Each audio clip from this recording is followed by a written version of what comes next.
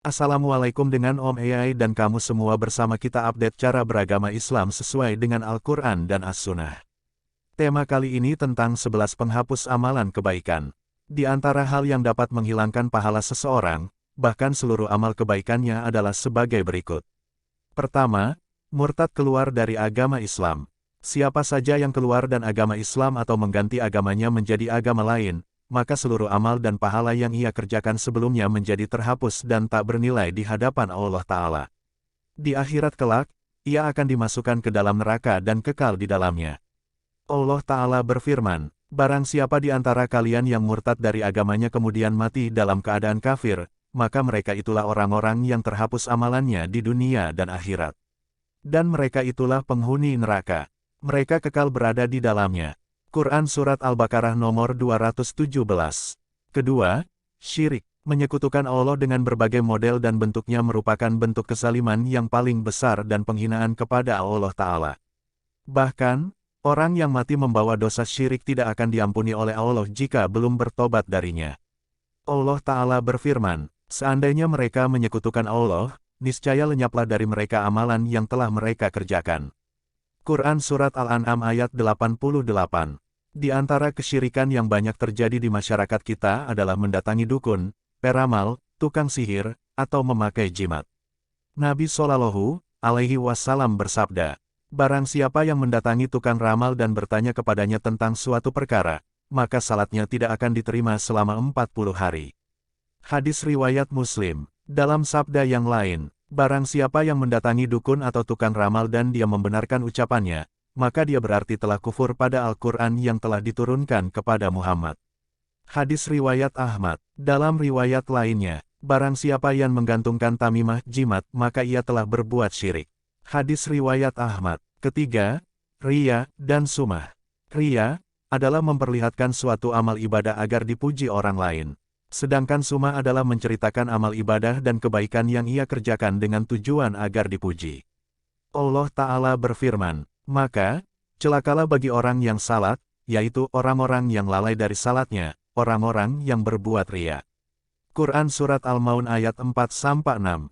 Dalam firman-Nya yang lain, seperti orang yang menafkahkan hartanya karena riya, kepada manusia dan tidak beriman kepada Allah dan hari kemudian. Maka, perumpamaan orang itu seperti batu licin yang di atasnya ada tanah, kemudian batu itu ditimpa hujan lebat, lalu menjadikan ia bersih tidak bertanah.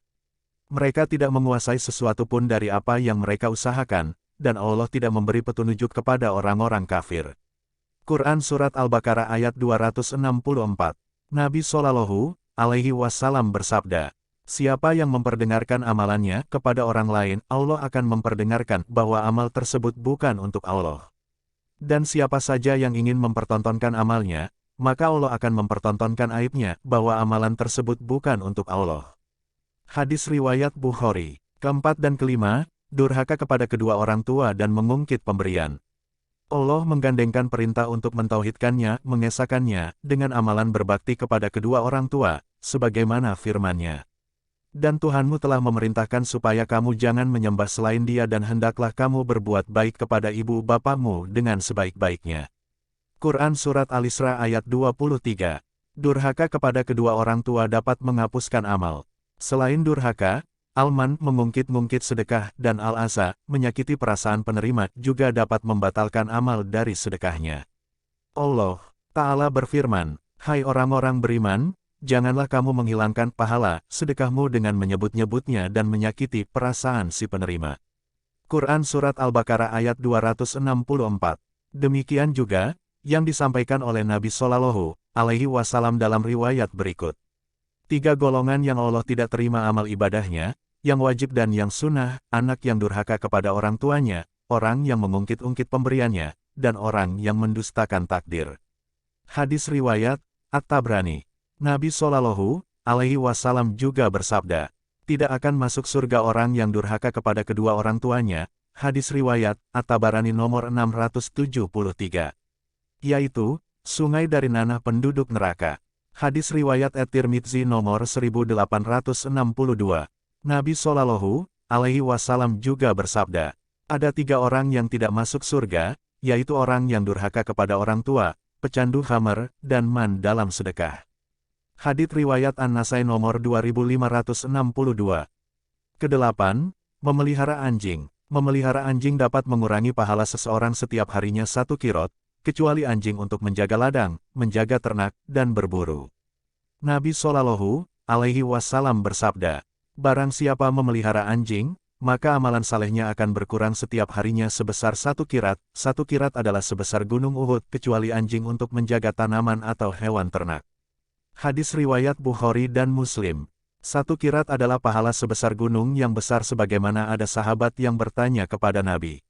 Apa itu 2 kirat? Jawab beliau, seperti 2 gunung yang besar.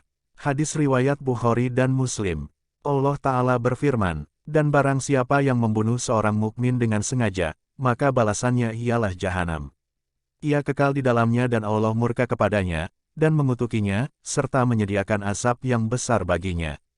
Quran Surat An-Nisa ayat 93. Nabi Shallallahu Alaihi Wasallam bersabda, barang siapa membunuh seorang kafir zimmi, maka dia tidak akan mencium bau surga. Padahal, sesungguhnya bau surga itu tercium dari perjalanan 40 tahun. Hadis riwayat An-Nasai. Dalam sabda yang lain, siapa yang membunuh orang beriman dengan perasaan gembira, maka Allah tidak menerima ibadah sunnahnya dan wajibnya. Hadis riwayat Abu Dawud nomor 4270. Wallahu a'lam bishawab. Insya Allah bermanfaat.